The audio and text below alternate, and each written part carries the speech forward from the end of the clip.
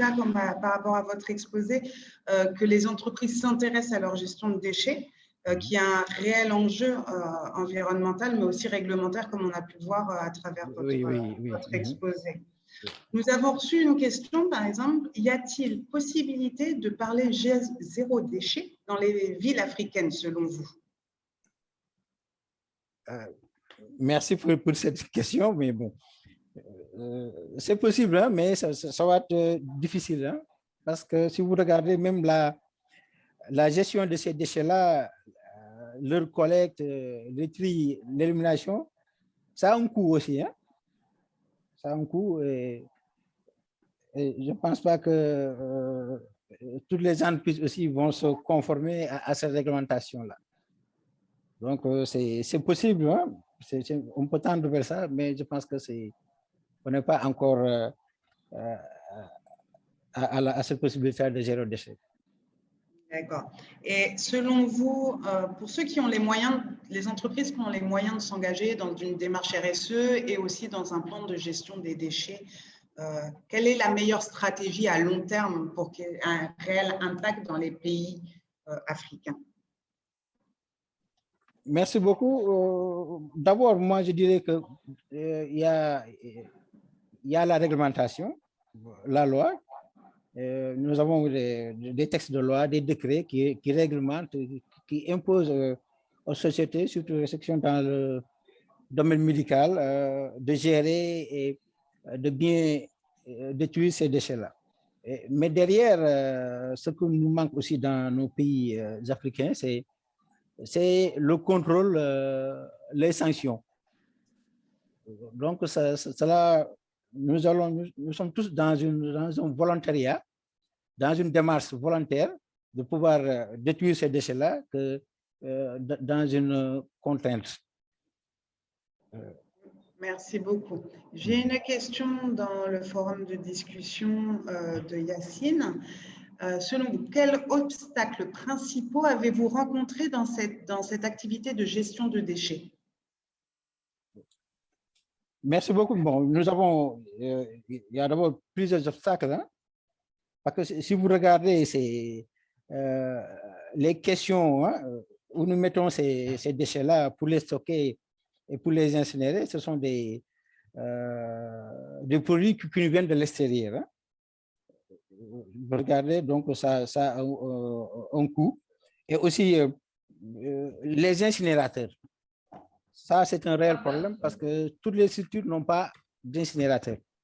Et souvent, vous regardez, il y a un hôpital, une structure qui a un incinérateur pour plusieurs structures de santé. Et souvent, ces incinérateurs-là sont en panne. Donc, ne sont pas fonctionnels, ce qui fait que des fois, on a des stocks de déchets qui sont là et qui augmentent et que nous avons du mal à les détruire. Et aussi, il faut vous dire que aussi, le coût, l'incinération a un coût, hein, donc c'est facturé par kilogramme. Tout ça, ce sont des obstacles qui n'insistent pas beaucoup de sociétés à respecter la réglementation et des fois, c'est plus facile pour eux de les détruire ou de les brûler en pleine nature. Merci beaucoup. Alors, je vais pas, comme malheureusement, je ne vais pas pouvoir prendre toutes les questions, donc vous m'excuserez, mais on va prendre note de l'ensemble et vous renvoyer. Je vais prendre la question de M. Haddad, qui demande pourquoi les lois traitant des questions de lutte anti-pollution, selon vous, ne sont pas vraiment appliquées en Afrique?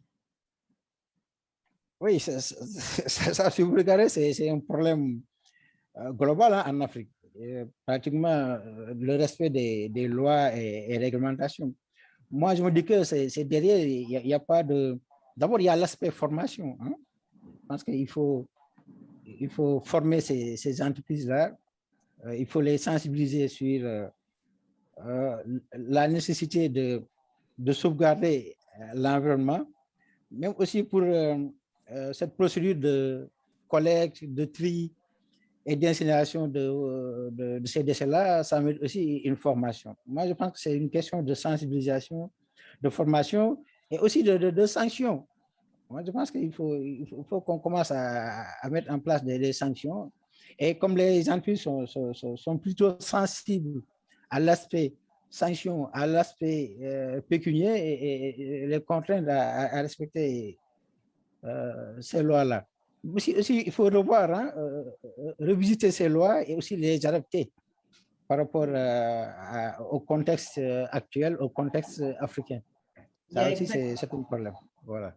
Il y a un lien en effet avec le contexte. On a une question qui demande est-ce qu'il ne faut pas revoir la stratégie des traitements des déchets dits non contaminés compte tenu de la COVID-19, par exemple sur les flacons, les fiches de caisse, etc. C'est vraiment en lien avec notre contexte. Qu'en pensez-vous?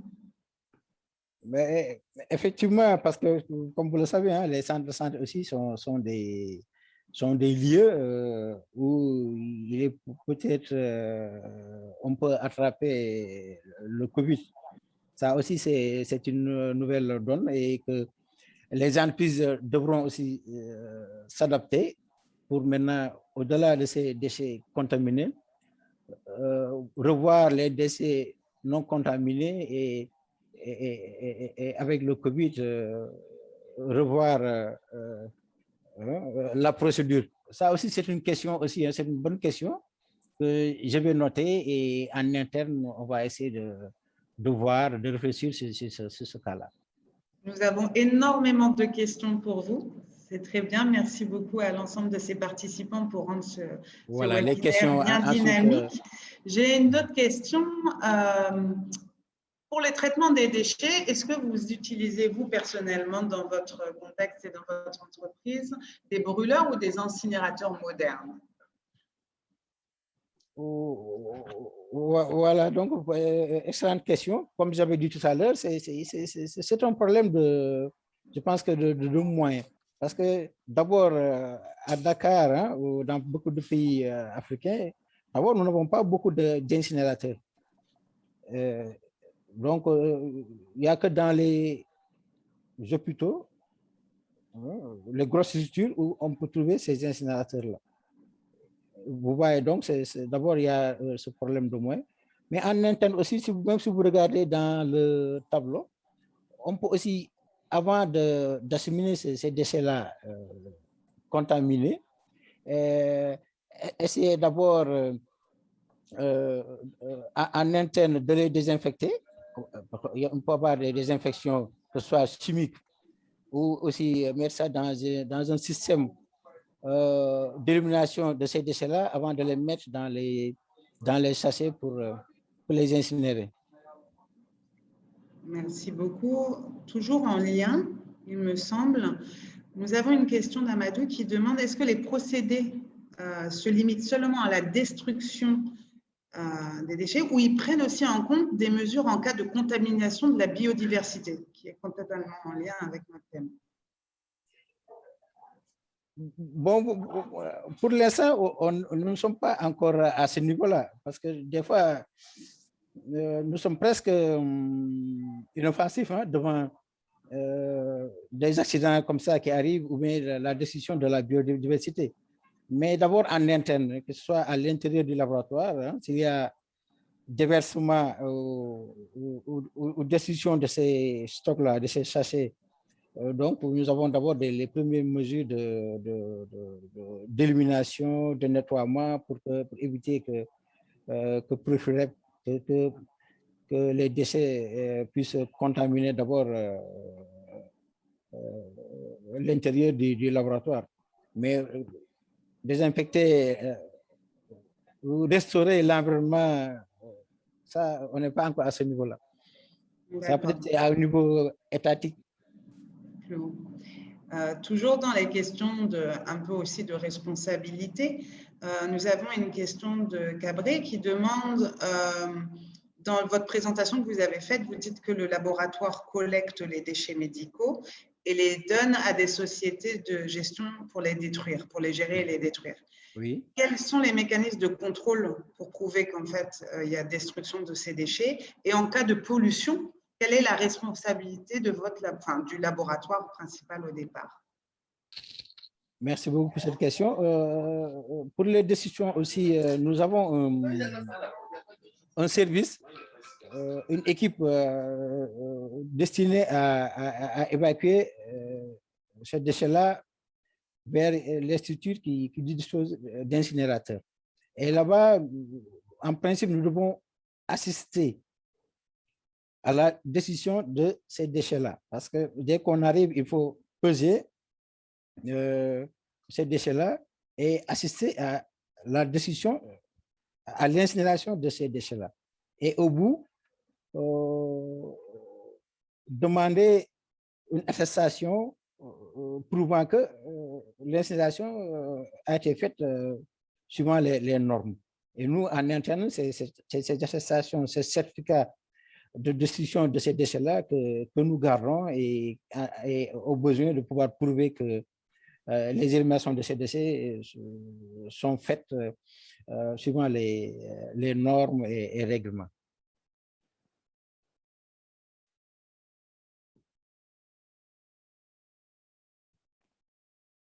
Allô? Julie, ton micro est désactivé. Pardon, excusez-moi. Je disais qu'on avait énormément de questions, donc on va en prendre 2 dernières avant la fin et encore peut-être qu'une. Je vais prendre la dernière qui vient d'arriver. Attends, Julie, en fait, oui, l'horaire, en fait, c'est jusqu'à 12h15, hein, donc on peut dépasser un peu. On n'est pas obligé d'aller jusqu'à 12h15, mais on peut dépasser un peu. Et j'en profite, il y avait une question pour toi. Donc, tu pourras aussi parler, si tu souhaites, 5 minutes de Greenkeeper. Voilà. Et je te laisse reprendre. Hein. Désolée. Très bien, merci beaucoup. Alors, je vais prendre la dernière question qui arrive. Excusez-moi pour toutes les autres qui sont fort intéressantes aussi. En quoi est-ce opportun d'africaniser la vision de la gestion environnementale?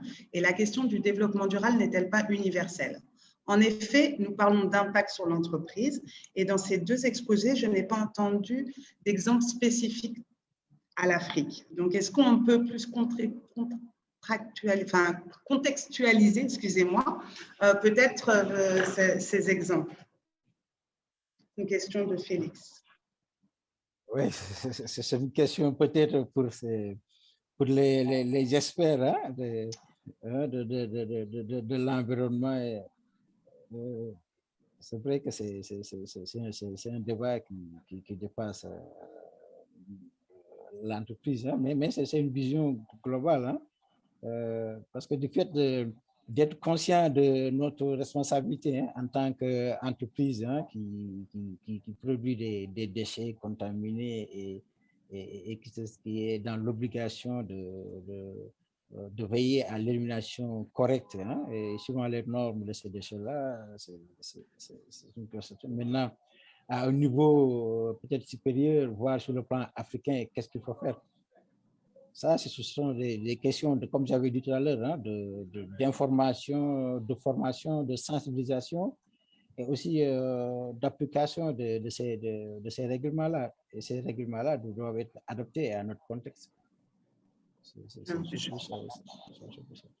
Et aussi peut-être l'État aussi pourra aider les entreprises là, à peut-être dans la formation, à disposer même d'incinérateurs ou mettre à disposition des incinérateurs gratuits ou à des tarifs modérés. Ça pourrait inciter les structures de santé à faire le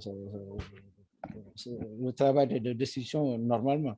Parce que c'est un coût et souvent les entreprises ont du mal à faire ça aussi. Merci beaucoup, Monsieur Diop. Je vais en profiter de répondre aussi un peu à cette question, tout en parce qu'il y a eu une question aussi par rapport à essayer de présenter Greenkeeper Africa, donc qui est une entreprise sociale béninoise. Donc, ça va peut-être faire un cas spécifique lié à l'Afrique par rapport à la question de Monsieur Félix. Donc, moi, je suis directrice adjointe d'une entreprise africaine béninoise sociale qui valorise la jacinthe d'eau et qui la transforme en absorbant d'hydrocarbures. Donc, il y a vraiment un lien aussi avec la gestion de déchets. Quand M. Félix demande, par exemple, est-il opportun d'africaniser la vision de la gestion environnementale et la question du développement durable n'est-elle pas universelle? Je suis complètement d'accord avec lui, elle est totalement universelle. Mais si je prends l'exemple concret du Bénin, on a une loi sur le recyclage des huiles des huiles usagées. Pour normalement, on n'a pas le droit de jeter les huiles usagées dans le sol. Sauf que concrètement, au Bénin, il n'y a pas d'entreprise de recyclage des huiles usagées. Donc, l'ensemble des entreprises, même si elles veulent mettre en place une politique de gestion de déchets ou une politique environnementale, à ce jour, en tout cas au sein du Bénin, il n'existe pas de structure capable de recycler ou de valoriser ces huiles. Et du coup, la majorité des huiles vont dans les sols et polluent les sols. Donc, par exemple, même si on met une politique le Bénin souhaite mettre une politique d'agriculture durable, elle va diminuer, par exemple, les pesticides, mais pourtant, ces sols seront toujours pollués et donc, il n'y aura pas de lien. Donc, il me semble en effet que chaque pays d'Afrique est différent et chacun a sa politique, mais qu'il y a des contextes pour les entreprises qui sont un peu différents des autres pays parce que tout n'est pas mis en place directement sur les questions environnementales. Donc là, j'ai parlé par exemple du recyclage des huiles, mais il y a aussi beaucoup dans le recyclage, comme M. Diop le disait, au niveau des dasseries, des médicaux ou même des ordures ménagères. Il me semble que c'est assez compliqué. Donc voilà. Donc nous, on est une entreprise, on travaille avec des communautés qui valorisent la jacinthe d'eau. On le transforme soit en compost ou soit en fibre absorbante et on travaille avec des entreprises comme Colas, comme Sogea Satom pour leur distribuer pour leur vendre des fibres absorbantes qui leur permettent d'absorber leurs hydrocarbures. Et l'idée, c'est de travailler sur un circuit circulaire pour récupérer l'ensemble des huiles usagées. Mais tout ça, ça se travaille forcément dans une vision globale et avec l'ensemble des parties prenantes parce qu'il faut forcément appliquer la loi, comme l'a précisé M. Karim. Il y a des procédures à respecter. Donc voilà pour une petite dernière peut-être pour vous, Monsieur Karim Diop. Alors, je vais, dans la gestion, donc c'est une question de Havanaoun, dans la gestion des déchets des techniques n'induisent pas des impacts sur la biodiversité, donc vous en aviez déjà un peu parlé, mais selon vous, quel est le rôle des entreprises dans la bonne gestion des déchets? Quelle politique peut-on mettre en œuvre pour protéger la biodiversité? Est-ce que, même si on sait que c'est, comme vous l'avez dit tout à l'heure, assez compliqué, est-ce que vous avez des recommandations par rapport à votre propre expérience? Oui, merci beaucoup. Je pense qu'il faut d'abord, comme là, nous sommes en train de faire, échanger de bonnes pratiques,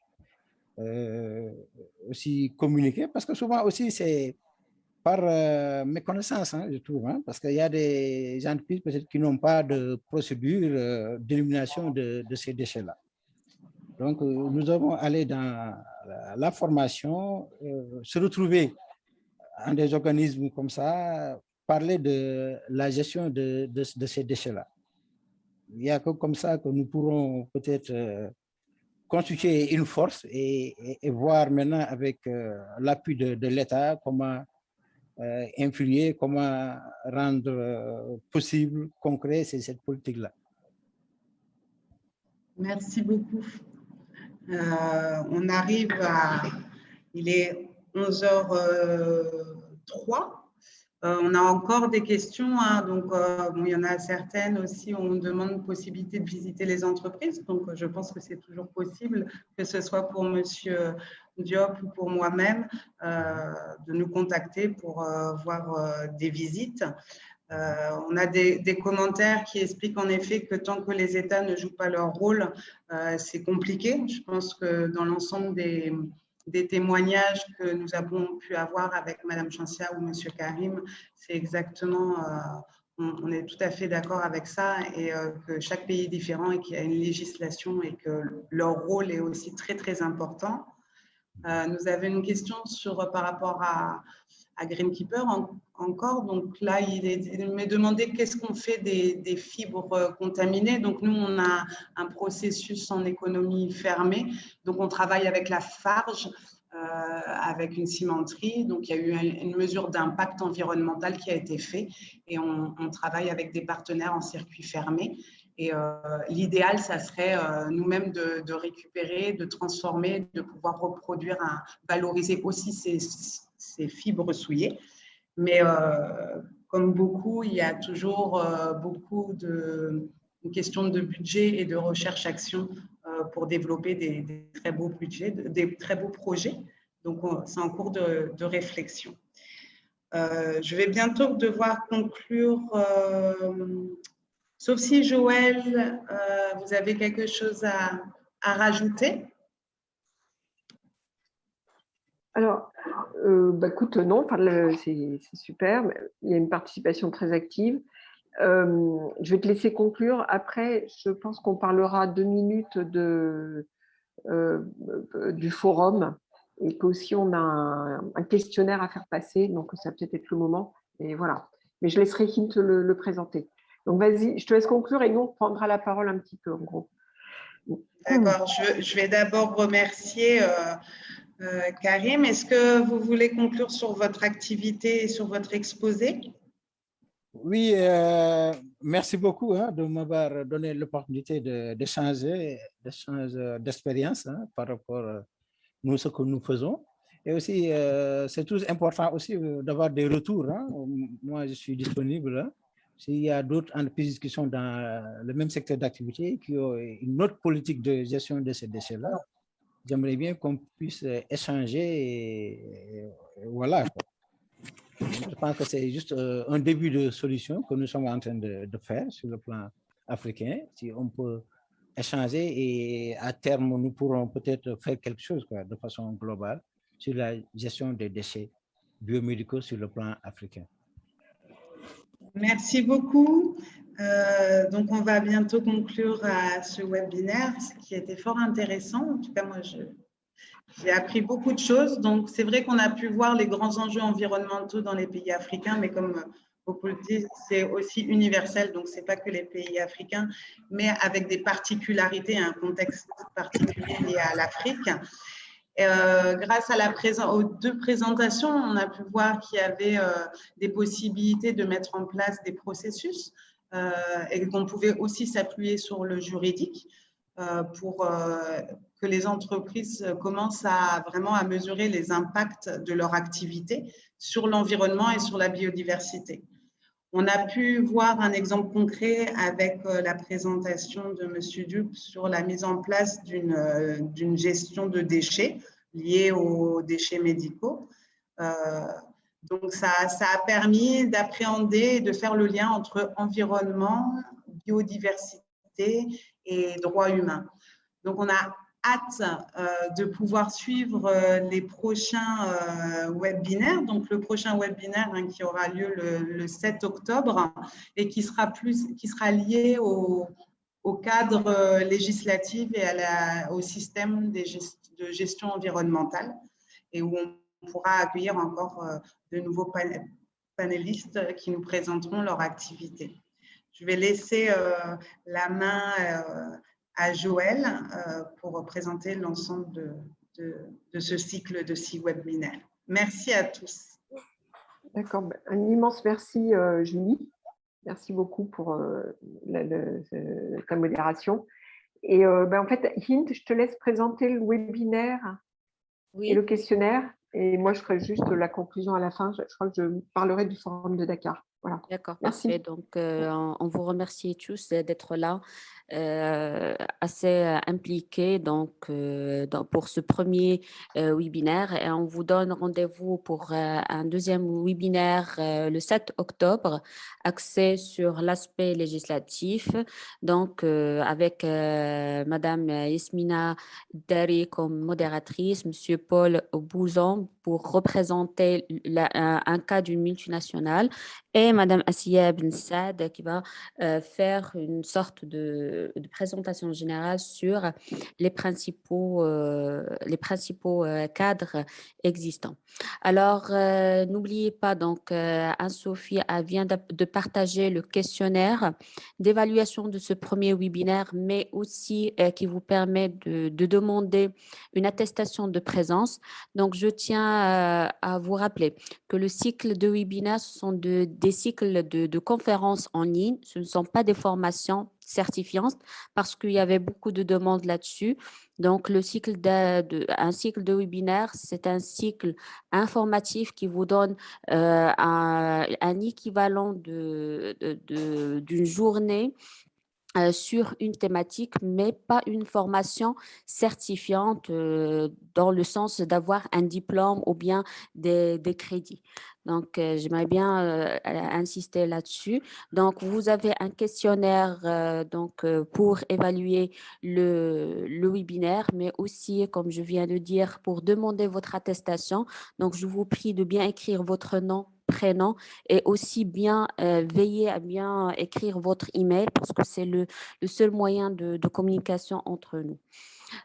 Sinon, pour les enregistrements, les présentations, tout sera rediffusé sur notre site institutionnel www.rse-6 et -6ped.info.